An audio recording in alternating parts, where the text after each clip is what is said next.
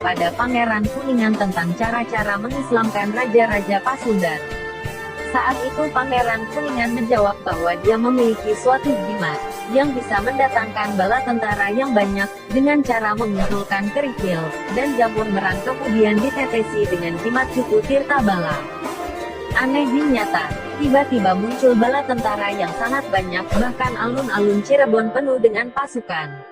Akibat peristiwa itu, penduduk Cirebon menjadi kaget dan heboh.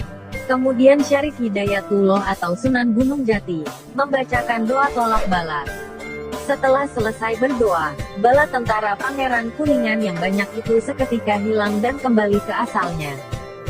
Kisah lain menceritakan mengenai karomah Sunan Gunung Jati saat beliau pergi ke negeri China dalam rangka menyebarkan agama Islam di wilayah yang bernama Nanking pada tahun 1479. Setelah tiba di China, selain menyebarkan agama Islam, Sang Sunan kemudian membuka pengobatan sehingga konon banyak rakyat China yang sakit bisa disembuhkan.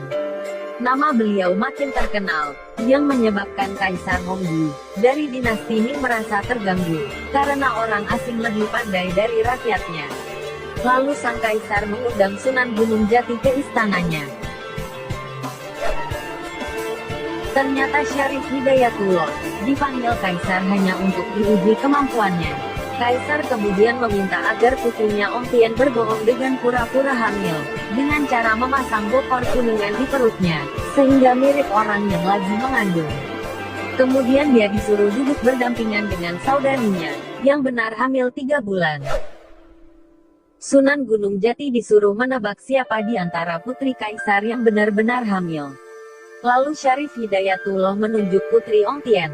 Sang Kaisar pun ketawa terkekeh, merasa menang, dan bisa mempermalukan Sunan Gunung Jati. Sang Sunan yang menjawab putri Ongtien mengandung, juga mendapat cemoohan Kaisar. Merasa berhasil membuktikan jika Sunan Gunung Jati tidak sepandai seperti apa yang dikatakan oleh orang-orang. Kemudian Kaisar Hongwu mengusir Syarif Hidayatullah pulang ke tanah Jawa. Namun aneh bin ajaib, ternyata diketahui bahwa putri Ongtien benar-benar hamil. Sang putri yang terlanjur jatuh cinta kepada Sunan Gunung Jati tak kuasa memendam rasa rindu, kemudian meminta izin untuk menyusul Sunan Gunung Jati yang telah kembali ke Cirebon. Kaisar akhirnya mengizinkan putri Ongtien, dan meminta para pelautnya untuk mengantar dan mendampingi putrinya ke tanah Jawa. Kemudian, Sunan Gunung Jati pun akhirnya menikahi putri Ongtien. Namun sayang, umur pernikahan tak berlangsung lama.